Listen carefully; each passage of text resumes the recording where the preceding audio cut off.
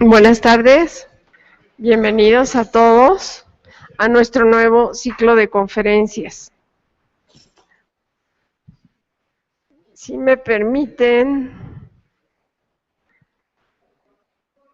les damos la más cordial bienvenida a nombre del doctor Manuel Ramos Medina, director del Centro de Estudios de Historia de México, CARSO, Fundación Carlos Slim. Y a nombre del Centro de Estudios de Historia de México, CARSO, Fundación Carlos Slim, y de la Biblioteca Dr. Ernesto de la Peña. Tenemos el honor de presentarles a ustedes a la doctora Rosa María Fernández de Zamora.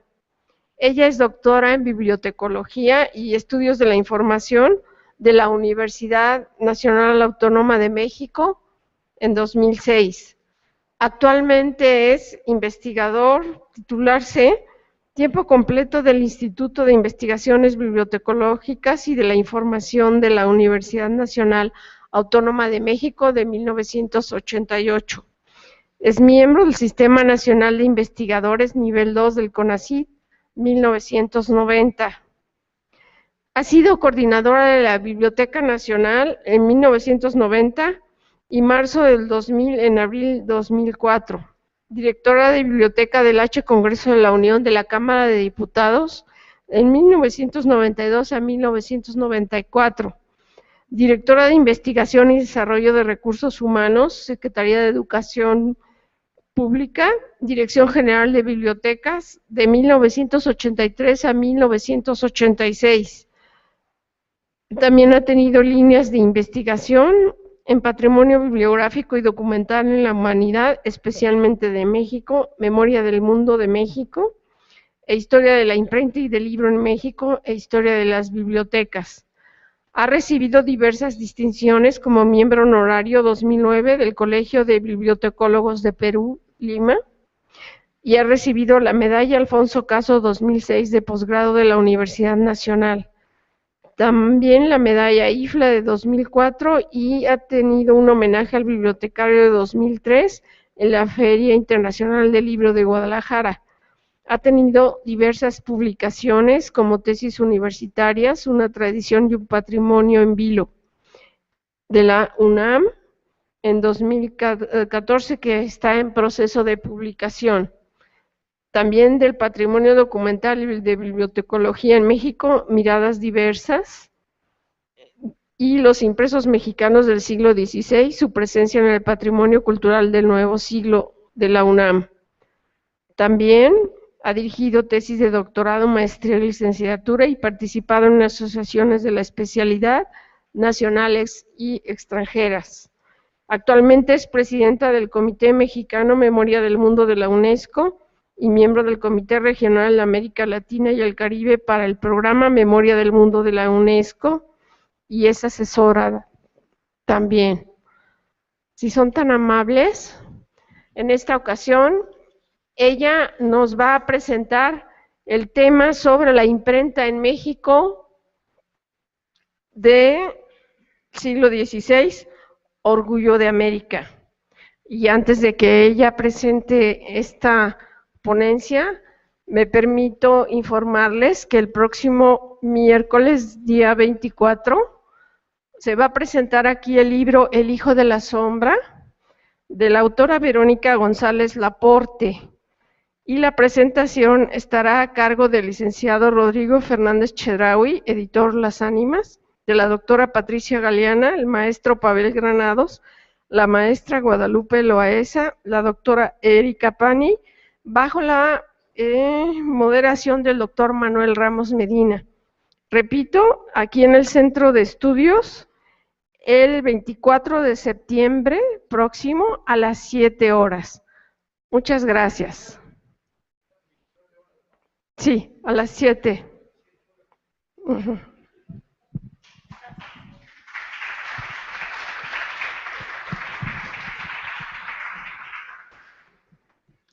Buenas tardes a todos ustedes. Primeramente, muchas gracias al doctor Ramos Medina por invitarme a este ciclo de conferencias sobre la historia del libro en México, ahora que celebramos los 475 años de la llegada de la imprenta a México.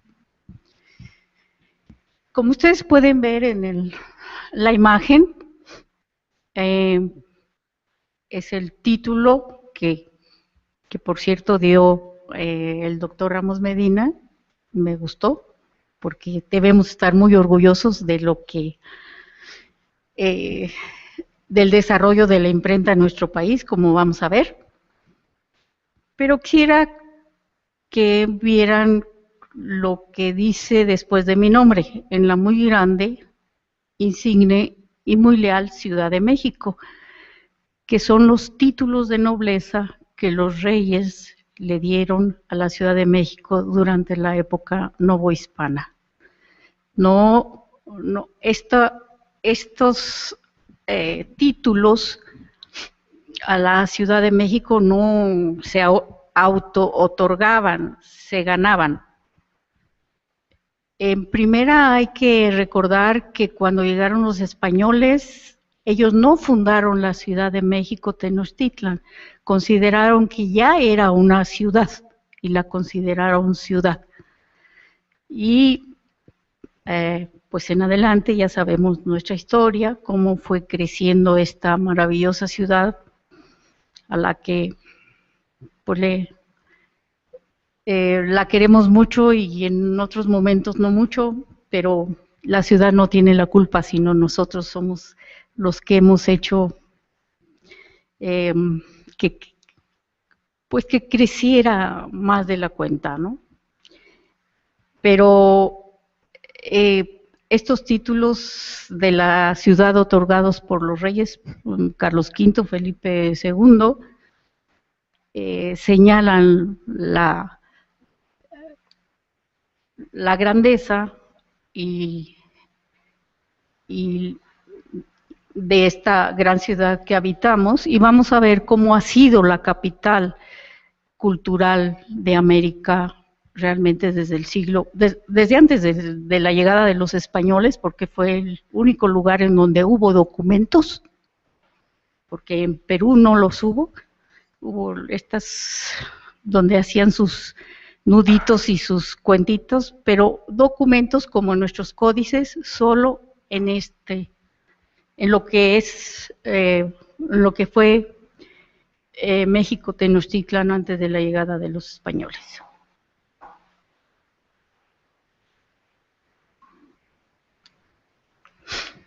Bueno, para introducir como la historia de la imprenta en México en el siglo XVI, tenemos que recordar que la imprenta pues existía desde siglos atrás, inventada por los chinos desde hacía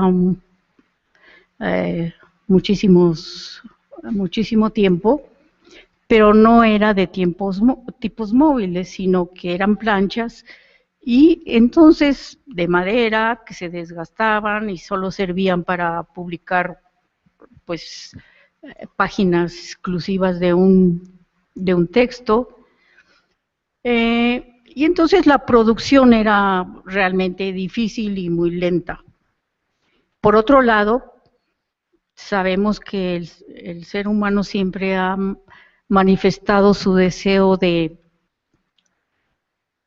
que se le reconozca su existencia y sus manifestaciones creativas a lo largo de su existencia, y pues ha hecho numerosos, para eso ha manifestado su creatividad, sus inventos, etcétera, y el deseo de que todas esas manifestaciones creativas, artísticas, de conocimiento, trasciendan y no se quede nada más en su época, sino que pasen a generaciones futuras.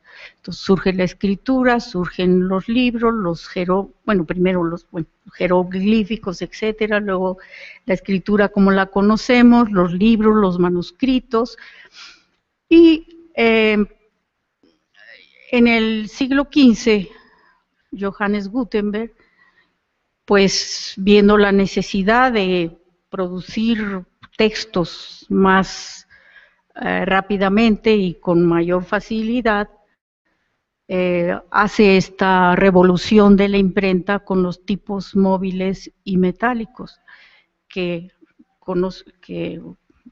conocemos y que dan lugar a una revolución tecnológica, cultural y comercial, como ahora Internet, pero yo creo que aquello fue más valioso que ahora. Y entonces empieza esto en Alemania en el mediados del siglo XV. Como pueden ver en la ilustración, lo que se menciona más de las obras impresas por Gutenberg es la Biblia de 42 líneas, que es preciosísima, ¿no? Por supuesto que los adornitos de color no son impresos, son a mano. Pero,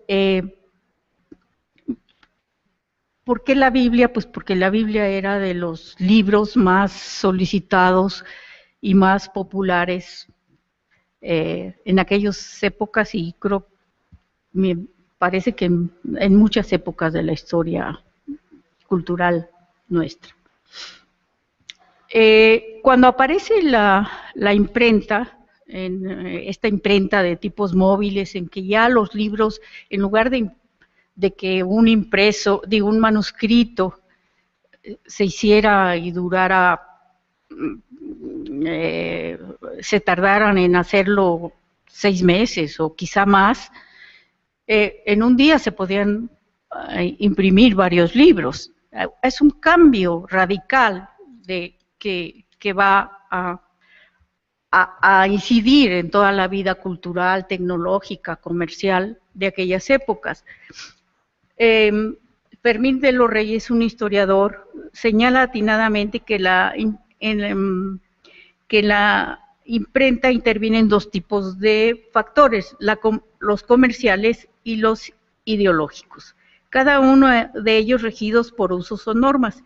En España, las primeras normas propusieron regular los aspectos comerciales, ya que la imprenta, por su capacidad de reproducir fácilmente un producto, dio origen a nuevas y variadas actividades económicas, como la encuadernación, la fabricación de papel, el corte y plegado de papel, la elaboración de tintas, la fundición de tipos, edición y venta de libros, etcétera.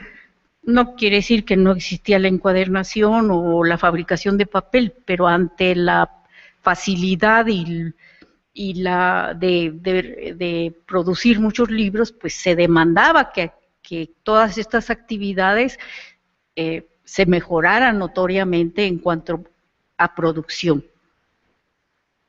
Toda esta compleja red de actividades económicas representaba un fenómeno inédito que requería un marco normativo. Y bueno, se sigue mencionando cuáles son todas estas normas que vinieron a regular la aparición de esta nueva tecnología.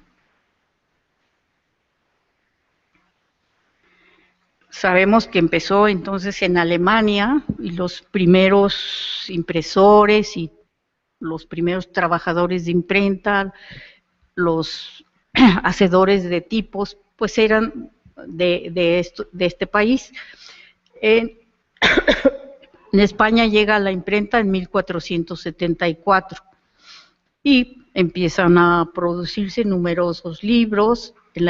Esto es en la época de los Reyes Católicos, y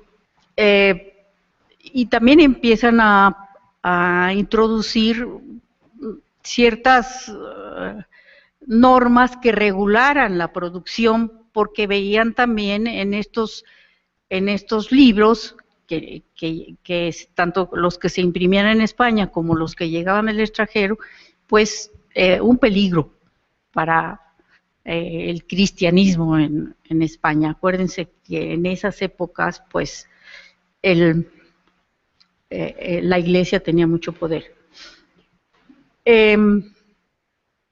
sabemos que viene después el descubrimiento de América, la llegada de los españoles a nuestro país, a toda América, y que con la llegada de los españoles, tanto los del gobierno de la corona como los religiosos, los primeros franciscanos, dominicos, agustinos, vieron la necesidad de libros para no solo la evangelización, especialmente, pero también para la enseñanza para enseñar al pueblo a leer y escribir, las matemáticas, la aritmética, etcétera. Entonces, traer los libros de España resultaba costoso y además no eran muchas veces adecuados al ambiente y a lo que se necesitaba en este nuevo reino. Así, Fray Juan de Zumárraga, el primer obispo de México, y don Antonio de Mendoza, el primer virrey, solicitaron al rey que se mandara una imprenta a la Nueva España, especialmente a esta Ciudad de México. Así se convierte nuestra ciudad en el primer país, entre comillas, bueno, no nuestra ciudad, la Nueva España, en el primer país fuera de Europa y primero de América que contó con esa tecnología que revolucionó la transmisión del conocimiento en aquellos tiempos. Antes de seguir adelante quisiera... espérame un momento. Perdón, se me olvidó decir algo.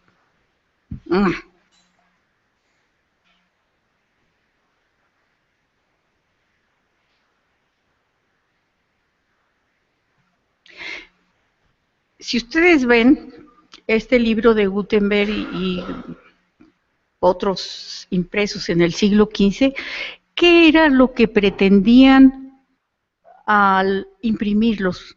Y sobre todo con estos adornitos de colores y de florecitas, etcétera, que se parecieran a los libros manuscritos. Era para ellos el modelo de cómo se debían imprimir los libros eran los libros manuscritos. Igual que ahora los libros digitales que pretenden ser igual que los libros impresos, porque pues más o menos se presentan más o menos en el mismo formato, ¿no?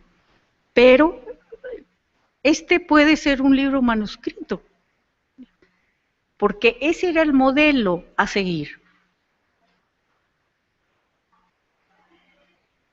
Bueno, esto ya lo vimos. Bueno, entonces, pues, como les digo, el obispo, Fray Juan de Zumárraga y el primer virrey piden al rey que manden un impresor porque hace mucha falta para poder tener los libros necesarios para la educación y la evangelización.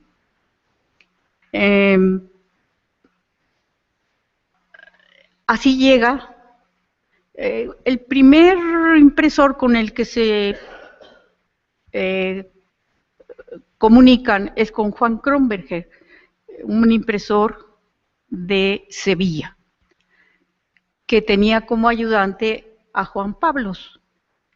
Entonces, cuando le piden que mande una imprenta aquí al Nuevo Mundo, a la Nueva España, manda a Juan Pablos.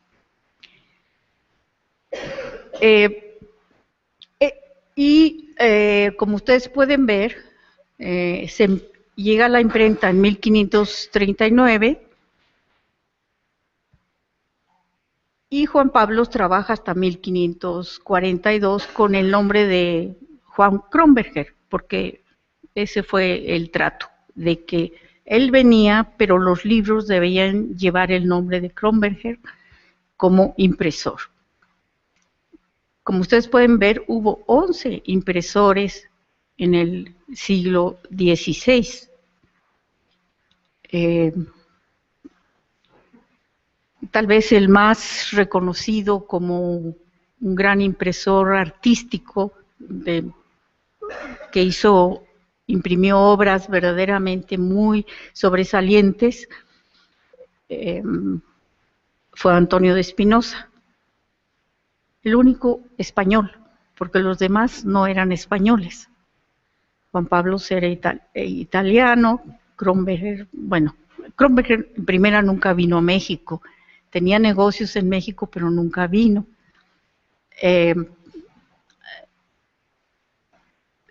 Pedro Chartera de origen francés, Pedro Valli italiano, Antonio Ricardo también italiano me parece, Cornelio Adrián César alemán creo, Enrico Martínez alemán y Cornelio Adrián César era de los Países Bajos. Pues estos 11 impresores novohispanos del siglo XVI hicieron una gran labor de impresión de libros, como van a ver.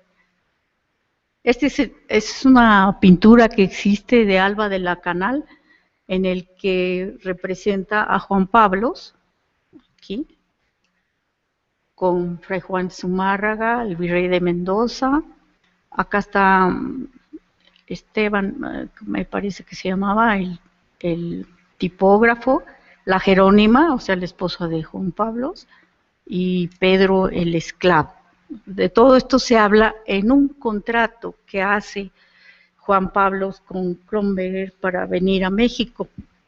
Y era terrible ese contrato, todo a favor de Kronberger. Esta pintura existe en la Unión de Editores y Topógrafos, que antes estaba en México, pero se fue para Querétaro. Bueno, ¿dónde estaban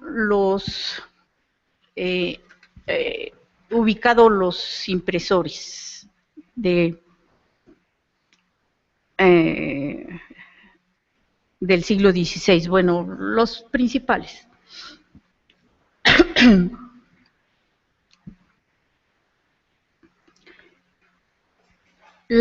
Realmente la imprenta de Juan Pablos, que estaba aquí, estaba junto a lo que era la Casa de las Ajaracas. Yo no sé si todavía existe o ya se cayó, la Casa de los Ajaracas, pero la de Juan Pablos sí se cayó. Casi todas las casas que están frente al Templo Mayor, en la calle de Argentina, se han caído por falta de mantenimiento. Una de ellas era la de la imprenta de Juan Pablo, no es la de la Casa de la UAM, de la Universidad Autónoma Metropolitana, la de Moneda y Licenciado. Esa no es la primera casa de la imprenta. Primera no es una casa del siglo XVI, es una casa ya de 17, 18. Bueno, que la llamen casa de la primera imprenta, pues a lo mejor, pues qué bueno, para hacer recuerdo de la imprenta, pero no estaba allí, estaba en la calle de Argentina, atrás de la catedral, junto a la Casa de las Ajaracas. Antonio Ricardo, el principal impresor de los jesuitas, estaba en la iglesia de San Pedro y San Pablo, que ahora es el Museo de las Constituciones o algo así. Antonio de Espinosa y Pedro Valli estuvieron junto al convento de San Agustín, de la iglesia de San Agustín, y Enrico Martínez en Santo Domingo. La familia Ocharte en Tlatelolco. Todo eso se dice en la historia de la imprenta. ¿Qué imprimieron todos estos señores? Pues ellos, lo que se necesitaba, libros, folletos, hojas sueltas.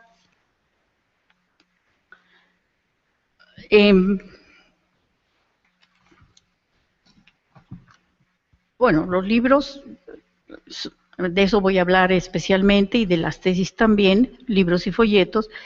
Las hojas sueltas eran todo tipo de, por ejemplo, formularios, cartas poder, novenas, oraciones, indicaciones del gobierno de la corona, etcétera. Las tesis, bueno, las tesis, como lo vamos a ver, pues eran producto de la Real y Pontificia Universidad, que se funda en 1551, abre sus puertas en 1553, y se dice, no hay una idea, no hay un número concreto, no, es imposible tenerlo, pero más o menos se dice que se llegaron a imprimir cerca de 300 documentos en el siglo XVI. Después ya en el siglo XVII y XVIII hubo muchísimos más impresores, y la cantidad de todo este tipo de documentos que se publicó fue enorme. Fue la región de los siglos XVI, XVII y XVIII en que más se imprimieron documentos. José Toribio Medina menciona cerca de 12,000 documentos. Ninguna otra región, ningún otro país, país entre comillas, reinos o lo que haya sido, se imprimió la cantidad de documentos que se imprimieron en México. En adelante lo que voy a hablar es más que nada de libros y folletos. Es un libro que yo hice, que es Los impresos mexicanos del siglo XVI, su presencia en el patrimonio cultural del nuevo siglo, y también de las tesis de la Real y Pontificia. En este libro, que ojalá pronto salga, las tesis. Libros y folletos. ¿Cuál fue la finalidad de hacer este estudio de los impresos mexicanos, su presencia en el patrimonio cultural del nuevo siglo? Puesto que los múltiples bibliógrafos que se han ocupado del siglo XVI, empezando por el gran Joaquín García Casbalceta, menciona cierto número de documentos. Luego José Toribio Medina menciona otros, y así los diferentes bibliógrafos han ido mencionando diferentes cantidades de documentos y de libros y folletos. Entonces dije, bueno, muy bien, ¿cuántos han llegado hasta este siglo XXI? ¿Cuántos existen realmente en las bibliotecas públicas, más que nada, de acceso público? Bueno, yo localicé 131 títulos originales de libros y folletos en bibliotecas mexicanas y extranjeras. Las 5 bibliotecas que tienen mayor número de títulos originales son la Biblioteca Cervantina del Instituto Tecnológico de Estudios Superiores de Monterrey. Tiene 63 títulos diferentes. La John Carter Brown Library de Providence, la Providence University en Estados Unidos, que tiene el igual número de títulos, no los mismos, pero coinciden curiosamente con el mismo número de títulos originales. Luego siguen la Huntington Library, la British Library, la Benson, está mal escrito, Library de Texas. Quiero decirles que la John Carter Brown compró las colecciones que formaba Liconas León de libros antiguos, y con eso pues hay una colección de impresos mexicanos pues muy importante, del siglo XVII y XVIII, por supuesto, pero del siglo XVI, 63 títulos. Nuestra Biblioteca Nacional tiene 27, apenas. Y aquí el centro tiene 20. Pero como ven, pues lo que pasa es que en el siglo XIX hubo un resurgimiento de la bibliofilia, se mencionó que el primer país con imprenta en América había sido México, entonces los bibliófilos, pues, a buscar los impresos mexicanos del siglo XVI. Por ejemplo, la Cervantina, ya no sé si la compró o la donó, una colección que había hecho don Salvador Ugarte, el fundador de Vancomer, me parece, que era un gran bibliófilo. Y la Benson Library, la Universidad de Texas, pues compró la biblioteca de... ay, Dios mío, espérenme. Del bibliógrafo de la bibliografía mexicana de García Barceta, la biblioteca de García Barceta. Y ahí se llevó los impresos mexicanos del siglo XVI. De los 131 títulos localizados, 37 son ejemplares únicos en el mundo. De estos 20 están en Estados Unidos, 9 en México, 6 en Europa y 2 en Chile. El impreso mexicano más antiguo que se conoce, y no completo, sino 3, 4 paginitas, es el Manual de Adultos. Es como una especie de doctrina, que es de 1540. No se conserva nada de 1539. Se habla de una breve doctrina cristiana en lengua mexicana y castellana, pero nadie la ha visto. La menciona García Barceta, pero pues se ha perdido.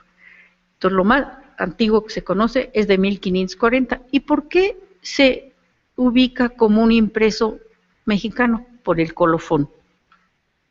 Por el colofón. Imprimióse este manual de adultos en la gran ciudad de México por mandado del reverendísimo señor obispo de la Nueva España y expensas en casa, y fue impresa en casa de Juan Kronberger, año del nacimiento de nuestro Señor Jesucristo, de 1540,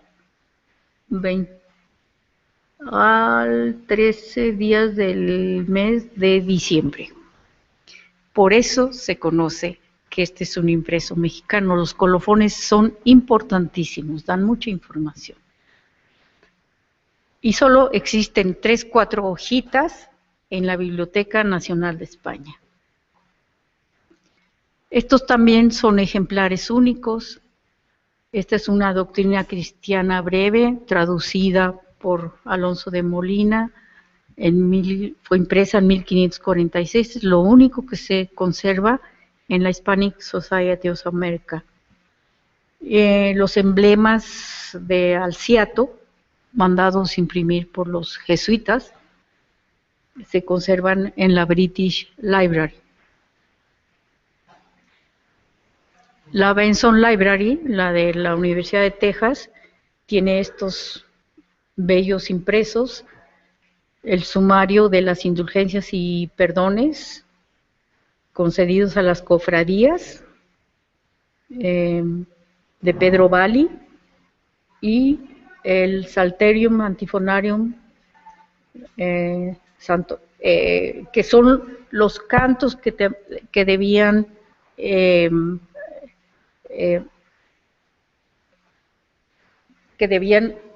cantarse, perdonen, los domingos durante las ceremonias religiosas. Este fue impreso por Pedro Charte en 1584.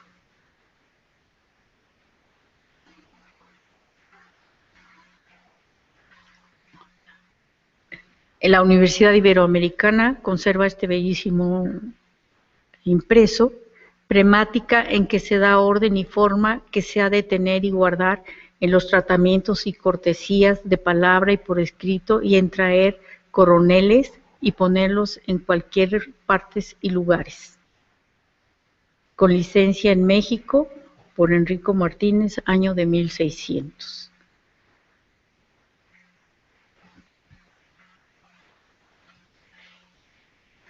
También localicé títulos no conocidos o perdidos, como este Psalterium Chorale, que fue impreso en 1563-64, que se encuentra en la Lilly Library de la Universidad de Indiana, y en la que aparece como impresora Jerónima Gutiérrez, la esposa de Juan Pablo. No se le consideraba como impresora, pero la licencia que se da para que se imprima este Psalterium Chorale está a nombre de Jerónima Gutiérrez y Pedro Ocharte. Así que aparece una nueva impresora.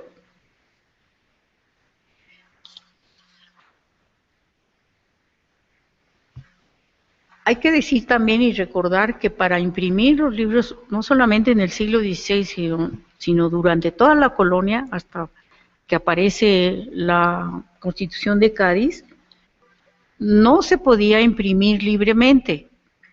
Es decir, había que pedir permiso a la Iglesia y a la Corona, había que tener el permiso, presentar el manuscrito, para que estas dos autoridades dieran el permiso de imprimir ese libro, ese folleto.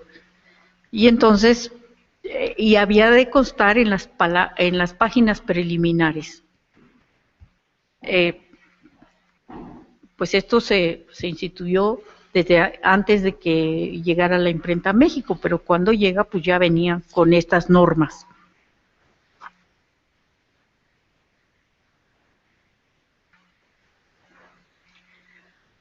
Este libro también, pues, se mencionaba, pero no se había localizado. Está también en esta Universidad de Indiana, en la Lilly Library. Y aquí se muestra la marca de impresión de Antonio de Espinosa. Ya los impresores también requerían ser reconocidos y empiezan a tener su marca de impresor. El que la usa en el siglo XVI es don Antonio de Espinosa. No es muy original, había unas muy parecidas en España que se usaban que otros impresores. Y dice: a honra y gloria de nuestro Señor Redentor Jesucristo, acabóse el presente libro de la vanidad del mundo en México a 3 días del mes de febrero. Aquí no tiene años, pero sí lo tiene en la portada. Esa es otra novedad que viene ya con... se da hacia fines del siglo XV, y ya la mayoría de los libros del siglo XVI tienen portada, porque debería aparecer el nombre del autor, también por aquello de la censura, ¿no? Esto se imprime en 1569. En la Universidad de Salamanca se localizaron esta doctrina cristiana impresa en 1578. Esta doctrina cristiana no era muy conocida, y es muy interesante porque dice: doctrina cristiana muy útil y necesaria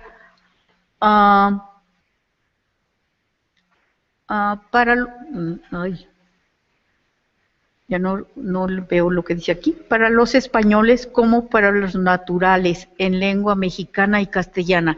Es la doctrina, el libro en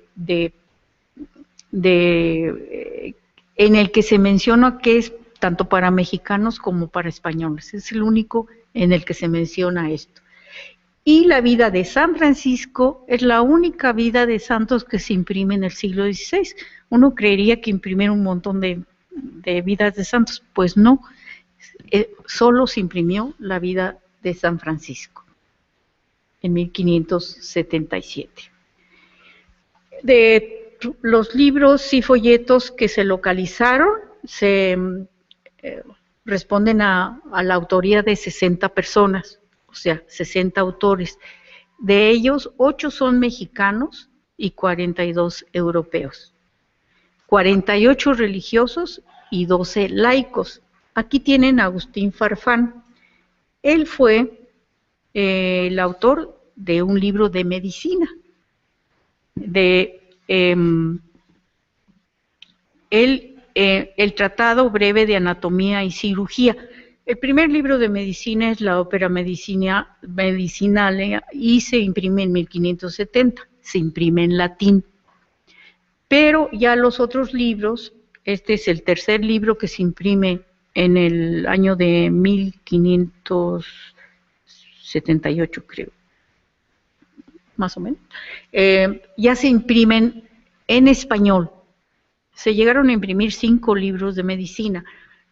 ¿Por qué en español? Porque se necesitaban mucho y se distribuían por todo el país, pues para poder asistir a los enfermos.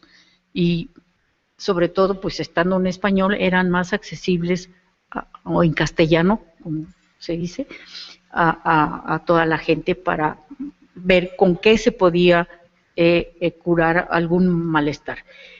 Algo que es muy interesante es, me voy a ir más rápido porque soy medio lenta, que en el libro de medicina aparece el retrato del autor. Esto es muy curioso porque esto ya es un signo de modernidad.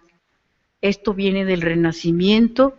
Ya en los libros europeos varios autores ponían su retrato porque querían ser reconocidos ya como el autor de ese libro. Esta es una parte de ese libro, tercera parte de la cura particular de todos los tumores desde la cabeza hasta los pies, hecha por un muy reverendo padre Fray Agustín Farfán, doctor en medicina. Se usaron varias lenguas, castellano, latín y 8 lenguas indígenas. Los temas fueron 88 títulos religiosos y 43 títulos, digamos, profanos. Aquí ven esta gramática que fue la primera que se imprimió en el Nuevo Mundo en 1559. Y es una de las primeras gramáticas que se imprimen no solo en México, sino en Europa. La primera fue la de Antonio de Nebrija, bueno, de lenguas romances. Después parece que hubo una gramática del portugués, y las que siguieron fueron las gramáticas o artes de la lengua, como se les llamaba, impresas en la Nueva España, en México. También algo que es muy particular de la imprenta del siglo XVI en México son los libros de música. Además de que son de una gran belleza, solo se imprimieron en México fuera de Europa. En Perú nunca imprimieron un libro de música. Este es unas páginas de un libro ordinario de los agustinos, ordenanzas de los agustinos, ordinario de los agustinos de 1556, que es el primer libro de música que se imprime en México. Y pues, ¿por qué de los agustinos? Porque los agustinos eran muy amantes de la música, porque San Agustín decía que cantar era rezar 2 veces. Entonces ellos imprimen este primer libro y además tiene una parte de también de cómo tocar las campanas. Miren este bellísimo libro, que es el Graduale Dominicale, que existe en la Biblioteca Nacional de México de 1576. Es un ejemplar único, preciosísimo, con las imágenes. Este es ay, no me acuerdo quién es. Bueno, pero como pueden ver, las notas, la letra capitular, estas ilustraciones, decía un estudioso de la imprenta mexicana del siglo XVI, de inglés, que le llamó a la atención este deseo de ilustrar muchísimo los libros y no dejar espacios en blanco. Dice que los impresores en el siglo XVI le tenían miedo al espacio en blanco. También los textos universitarios fueron publicados únicamente en México. En Perú no imprimieron libros de texto para la Universidad de San Marcos. En cambio, para nuestra Real y Pontificia Universidad, que más bien fue real, fue como una universidad laica hasta 1595-97, en que el Papa le da su visto bueno. Pero dependió nada más de la corona, desde que fue establecida por decreto en 1551, y abrió sus puertas en 1553, y aquí están pues, las obras de Fray Alonso de la Vera Cruz, la dialéctica y la recognición, para sus clases de filosofía, y para la clase de retórica está abajo los diálogos latinos de Francisco Cervantes de Salazar, que son los primeros textos universitarios de nuestro país. También hubo libros de guerra y navegación. Pues se entendía que se necesitaban naves para los lagos, para los ríos, etcétera. Y los diálogos militares, pues, eran también para la información de personas, instrumentos y cosas necesarias para el buen uso de la guerra.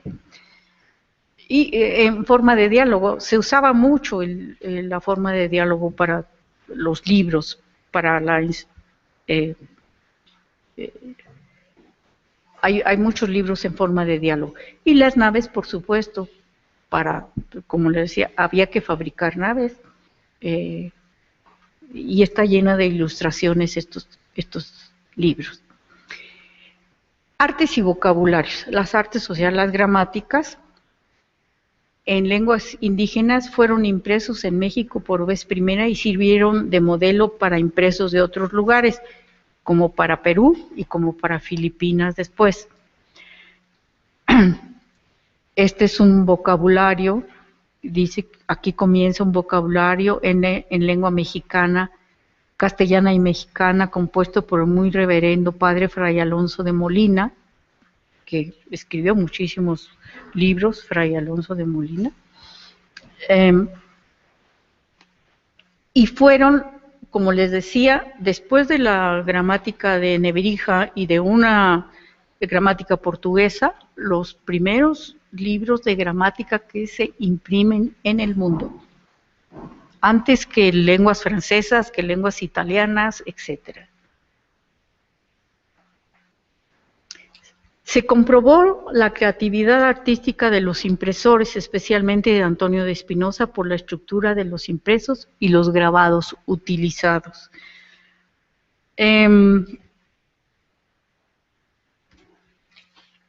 Aquí ven, el Concilio de Trento mandaba que las imágenes de la Virgen o de los santos fueran siempre de frente, que porque las imágenes así tenían una mejor comunicación con quien las veía en los libros, los folletos. Pero Antonio de Espinosa hizo este Cristo yo le digo el Cristo guapo, porque de verdad está bellísimo, y no lo encontré en ningún otro libro europeo. Esto es muy, muy de México. Él lo empezó a utilizar y después Pedro Charte, Antonio Ricardo, otros impresores usaron también este Cristo. A veces lo volteaban con el perfil del otro lado, pero Antonio de Espinosa lo diseñó y lo grabó.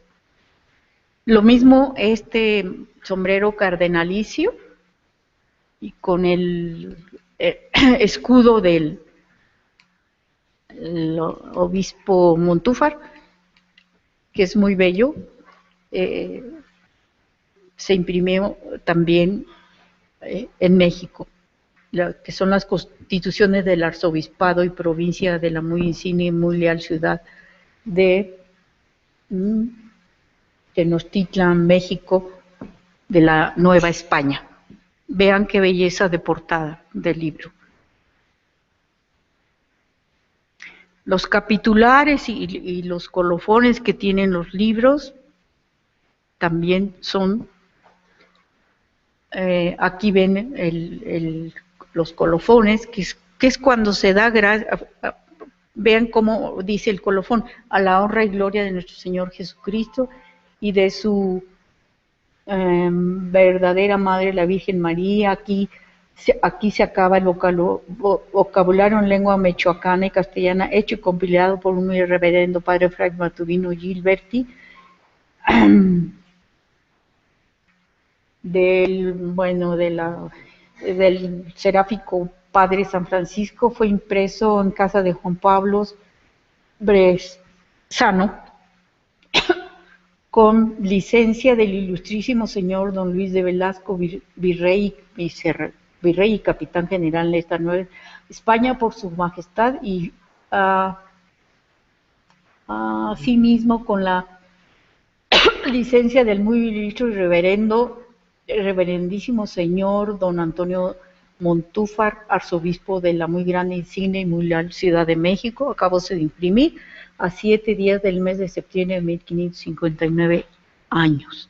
Lo que no tienen estos colofones, que después íbamos a encontrar hasta casi hace 10 años, hasta el siglo XX, es el número de ejemplares que se imprimían. Eso no se sabe muy bien cuántos ejemplares, no hay información.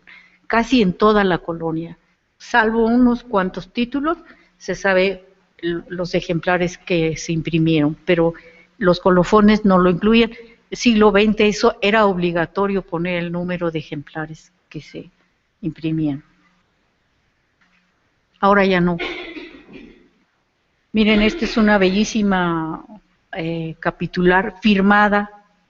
Si ustedes ven allí, bajo esta parte de en medio, la E, firmada por Antonio de Espinosa, en un libro de música. Creo que es el Graduale Dominical. Ahora les voy a platicar un poco de las tesis, ya para terminar. Bueno, la Real y Pontificia Universidad se dice que la Universidad de Santo Domingo fue la primera universidad en el Nuevo Mundo, en 534, algo así. Y luego ya en el continente, digamos, la primera de papel, o sea, autorizada, fue la de Perú, porque la carta del rey autorizando el establecimiento de la universidad es de junio de 1551 y la nuestra es de septiembre de 1551. Pero tanto la de Santo Domingo como la de Perú eran estudios en conventos religiosos, cosa que no sucedió en México. En México no era un estudio en un convento de cualquier orden religiosa, era una universidad creada por el rey y la iglesia no tuvo que ver en la fundación de de la universidad, sino hasta que el Papa le dio el visto bueno en 1597. Y realmente fue la primera que abrió sus puertas en el continente como una verdadera universidad, no como un estudio, nada más, de una orden religiosa. Y bueno, ni comparación con todo lo que se hizo, lo realizó la Real y Pontificia Universidad, ni con toda los egresados que tuvo y todo lo que se conserva en sus archivos, que en el ramo Universidad del Archivo General de la Nación, ahí se tiene muchísima información sobre la historia de nuestra universidad, de la Real y Pontificia Universidad, que la UNAM se considera su heredera.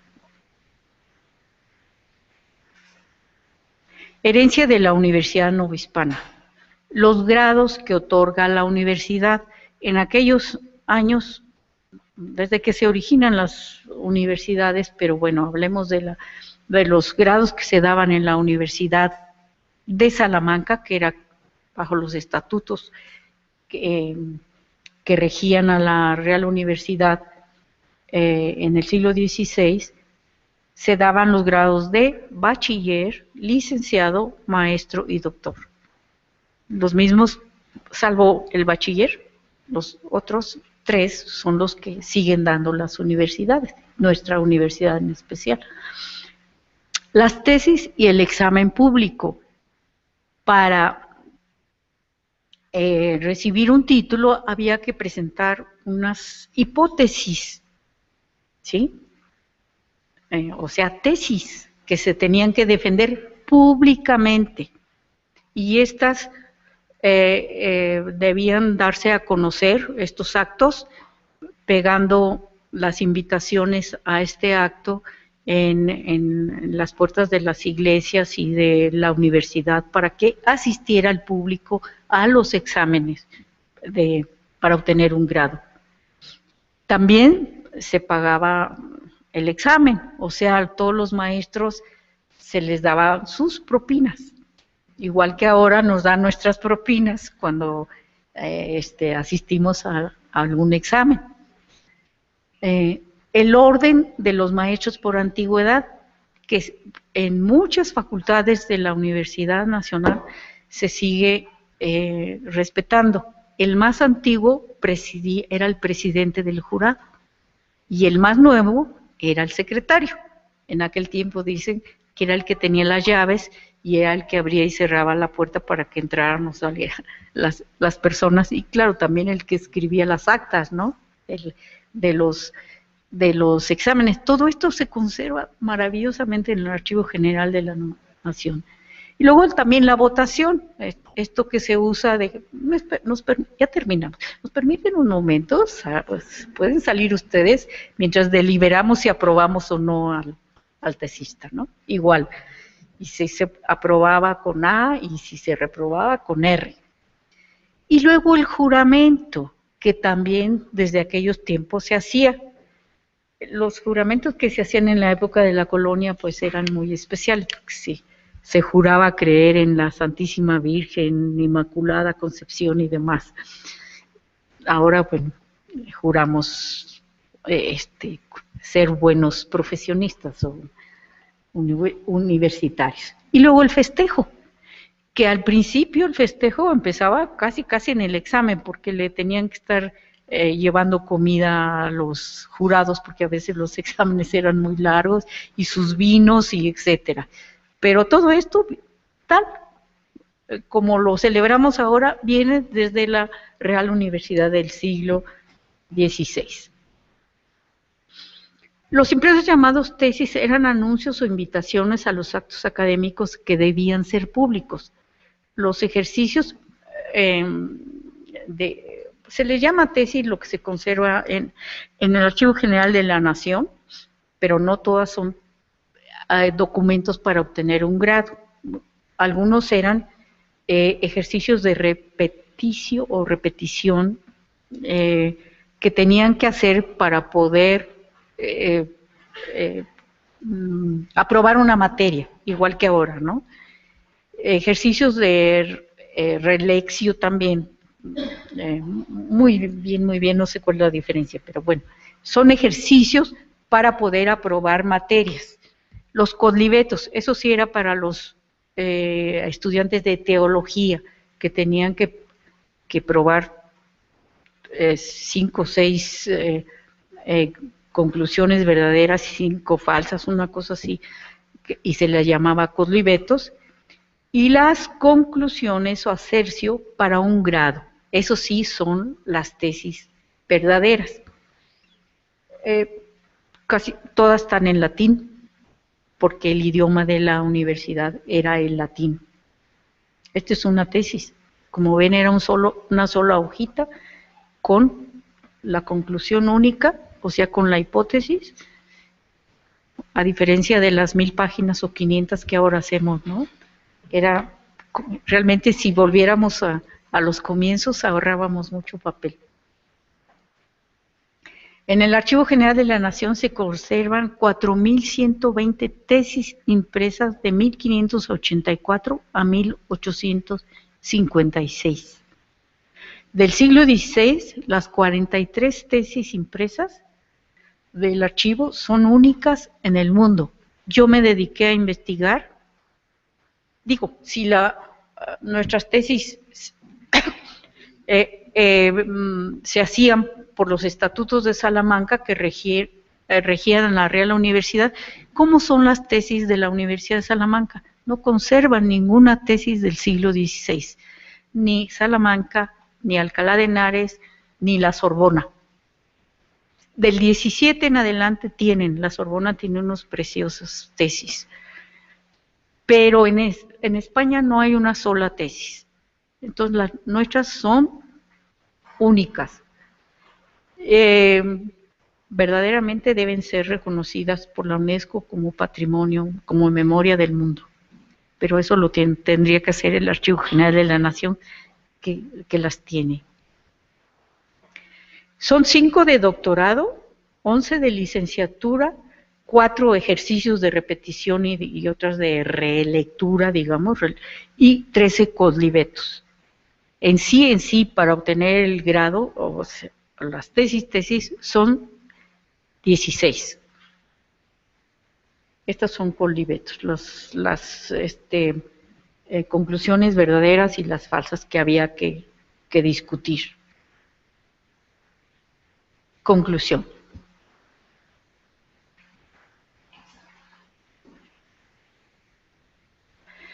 Este es un impreso de un confesionario breve en lengua mexicana y castellana, es preciosísimo, es de también Antonio de Espinosa. También busqué este grabado, al menos en España, en la Biblioteca Nacional de España, no existe. Este es original de México, igual que el Cristo. El estudio de los impresos mexicanos del siglo XVI ha permitido descubrir un mundo maravilloso de creatividad y de originalidad en ese legado histórico, testimonio de nuestra identidad y parte esencial de nuestro patrimonio cultural. Orgullo de México y de América. Gracias por su atención. Aquí pues se ve dónde estaba, es un mapa antiguo, que es la catedral, y por aquí hay un lugar donde dice universidad, que ya se me olvidó cuál es, pero por aquí estaba. Y Mario Vargas Llosa dice que la colonia dejó a México su incorporación a Occidente y a la modernidad, la riqueza de sus templos, conventos, bibliotecas, el legado cultural y religioso y su hibridación con los cultos nativos hasta constituirse en la vertiente principal de eso que a falta de mejor definición se llama la identidad mexicana. Parte de ese valioso legado es la imprenta y los impresos novohispanos del siglo XVI. Hay que decir que es primera vez que se usa la imprenta para cambiar una cultura, la imprenta en México. Porque la imprenta en España, pues todos eran de la misma cultura, ¿no? Convivían. musulmanes, judíos, españoles, pero aquí sí eran dos culturas muy diferentes. Es primera vez que se usa la imprenta para modificar una cultura. Muchas gracias.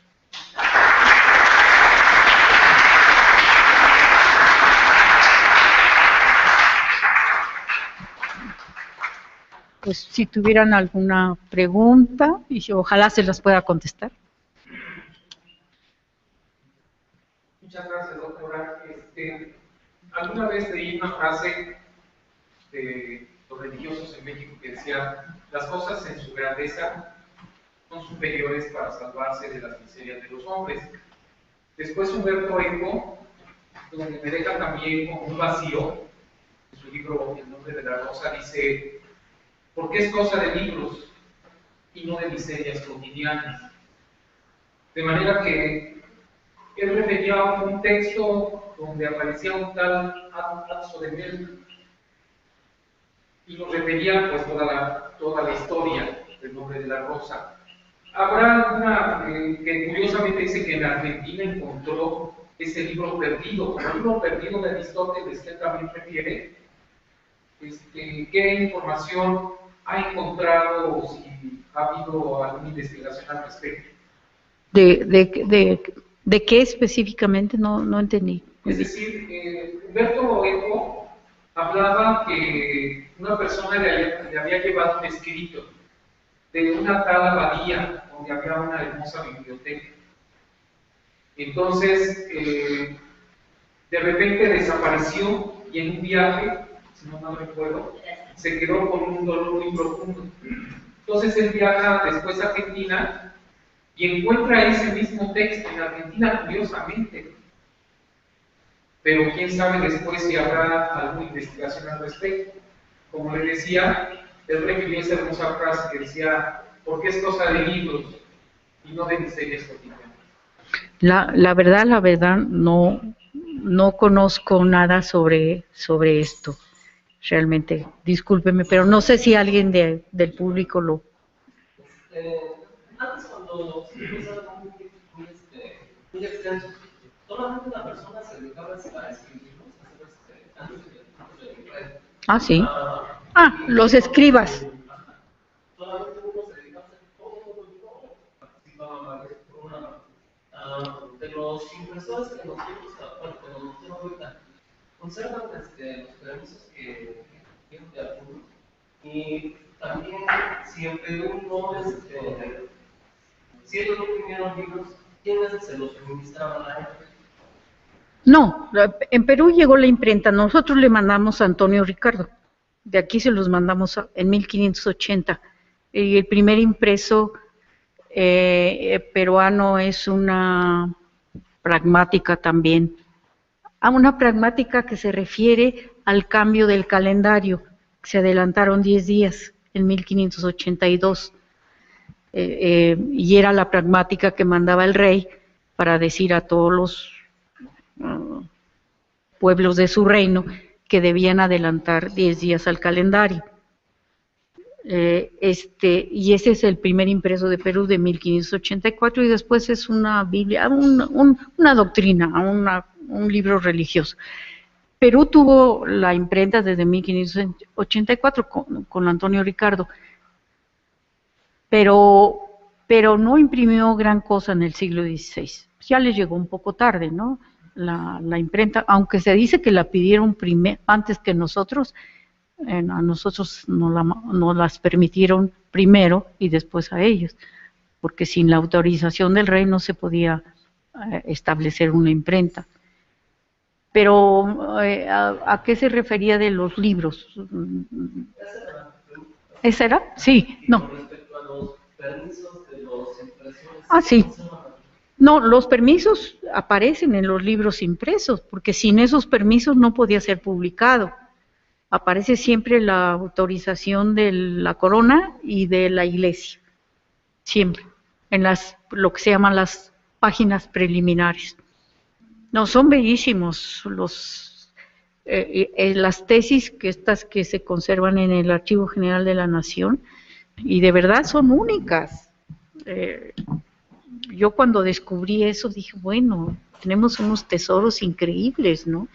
Y es una paginita, unas son grandes, sí, pero otras son así, de tamaño carta, digamos, donde está el nombre del sustentante, se la dedican siempre a algún personaje, porque costaban mucho tanto la impresión como las fiestas, y entonces pues había que tener un buen padrino. Y luego la conclusión única y el grado a que estaban el grado que querían obtener y dónde se iba a celebrar. Generalmente se celebraban en la catedral los exámenes. Así que es un principio de esta tecnología que revolucionó pues la transmisión del conocimiento a partir del siglo XV. Es una historia fascinante en nuestro país. Esas tesis, la forma de conservarlas, ¿había algún tipo de educación especial, algo, una casa? ¿Cómo las conservaron? ¿Cómo estaban? Se conservan en el Archivo General de la Nación. Bueno, hay que recordar que también se establece el archivo, el archivo de, no el de Indias, el de aquí de México. Y había todas las instituciones tenían que conservar sus documentos. Por ejemplo, también existen libros de actas, de exámenes, encuadernados en el Archivo General de la Nación. Les digo que todo el ramo universidad del Archivo General de la Nación es interesantísimo y están muy bien conservadas. Estas tesis están en unos libros así grandes, están ahí encuadernadas y